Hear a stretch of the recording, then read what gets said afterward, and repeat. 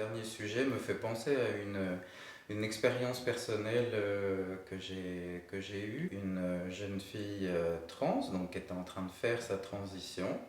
Donc à la base un garçon qui devenait une fille, présentation fille, très féminine. Elle venait juste de faire opérer son nez pour donner des traits de caractère plus féminins. Et il y avait sa maman qui était avec elle et on a fait connaissance et voilà, tout semblait en fait être très bien accepté comme ça. Et bien finalement, en fait, en parlant, et notamment quand la jeune fille n'était pas présente, la maman en fait m'a exprimé de grosses difficultés d'acceptation.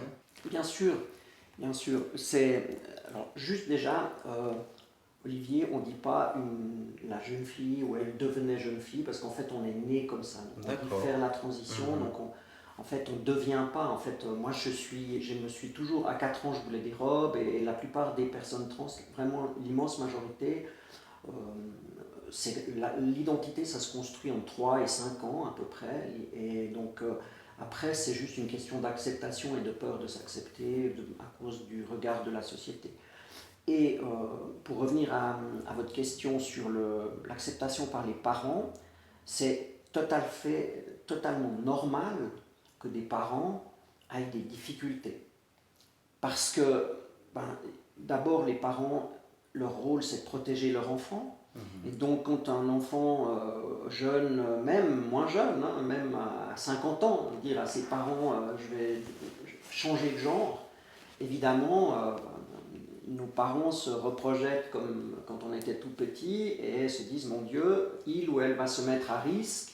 Et donc, qu'est-ce que je peux faire pour la protéger? Et la première chose, ou la première tentation, c'est de dire mais non, c'est une bêtise.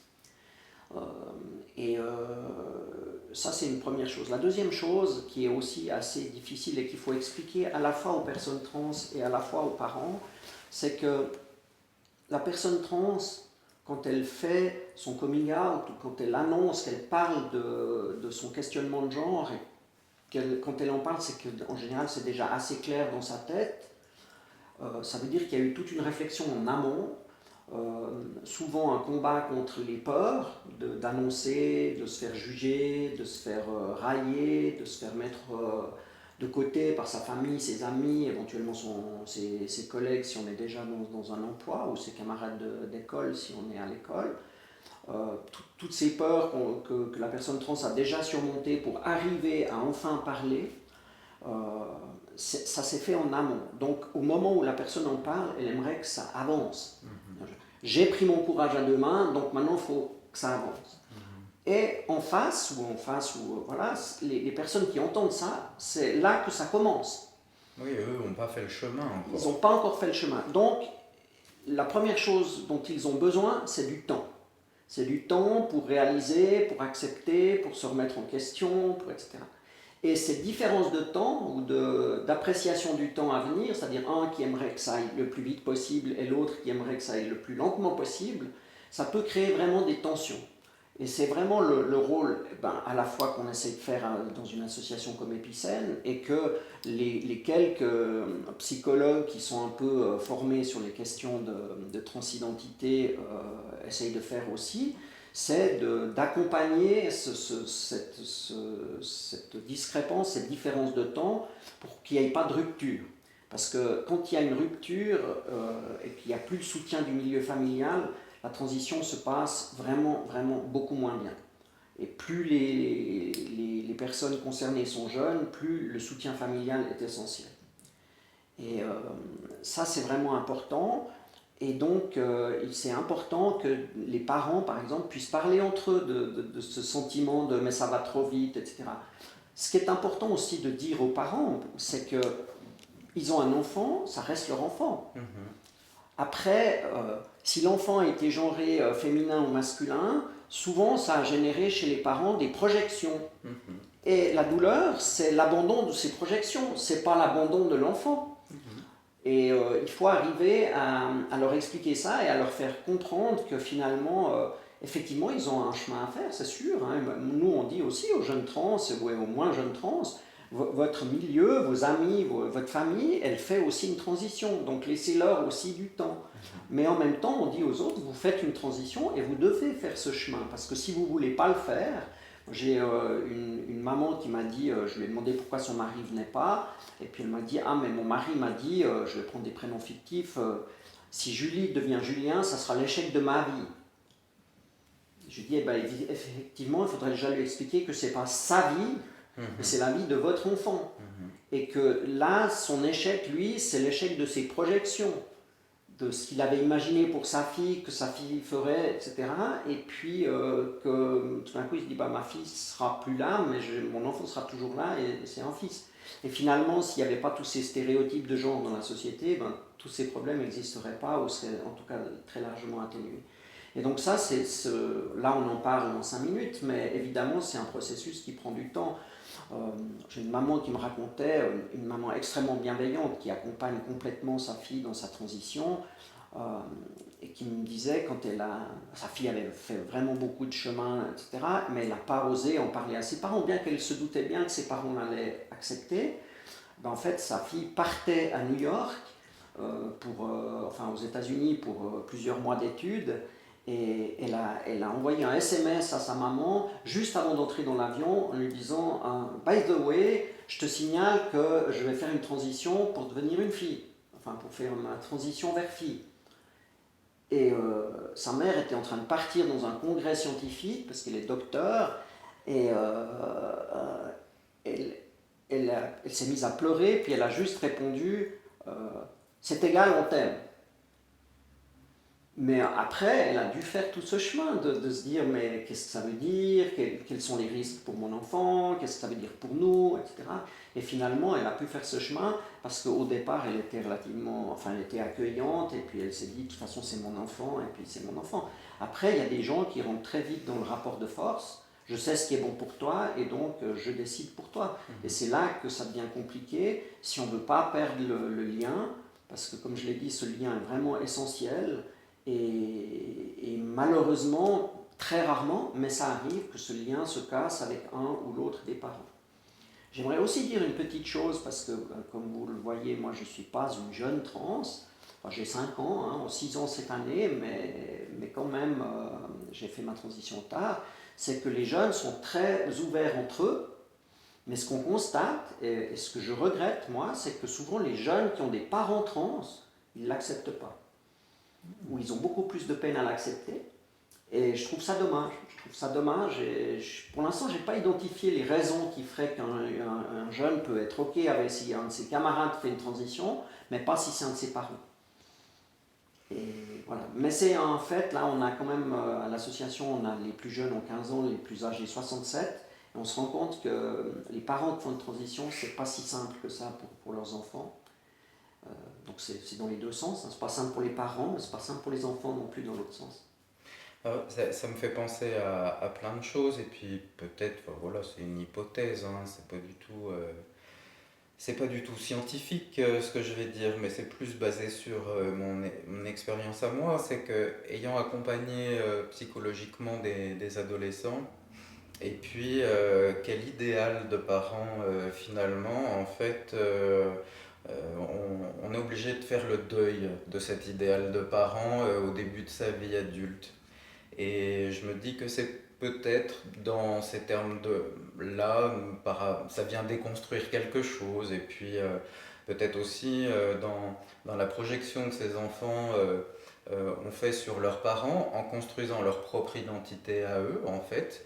Eh bien, tiens, mon parent change d'identité, donc du coup, en fait, je sais plus où j'en suis. Je me dis que c'est peut-être ça, en fait, Oui, c'est qui... possible. C'est possible. Et vous voyez, en fait, il y aurait quand vous parlez de la projection que l'ado ferait sur ses parents, eh ben moi je vous parlais avant de tous ces parents qui ont de la peine parce qu'ils font une projection sur leur ado, et je pense que c'est possible, c'est peut-être général, on va dire, quel que soit l'âge, par rapport à ses proches, on se fait une projection dessus, et puis si cette projection doit changer, ben c'est difficile à accepter. Parce que c'est vrai que chez les parents, ben, voilà, même s'il y a beaucoup de volonté de dire je veux donner le meilleur à mon enfant, et puis la meilleure éducation, et puis je lui veux du bien. Il y a quand même cette idée de son futur, de ce qu'on aimerait bien qu'il devienne, et puis voilà, et puis... Quand vous dites je leur veux du bien, il y a mhm. toute la projection sur ce que c'est le bien pour vous. Voilà, exactement, Et pour ça peut ça. ne pas être la même vision Ouais. pour votre ado, hein. Tu sais, il m'est arrivé une chose qui m'avait vraiment surpris hein, dans cet ordre d'idées-là.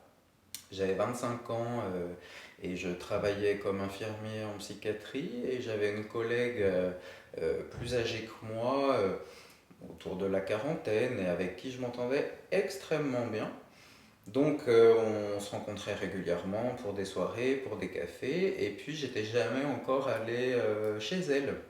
Et puis elle organise quelque chose chez elle, et puis elle m'avait dit, enfin on en parlait depuis longtemps, elle me dit, tiens, mon fils, voilà, il a tel âge, je perçois depuis tout petit en fait qu'il est gay.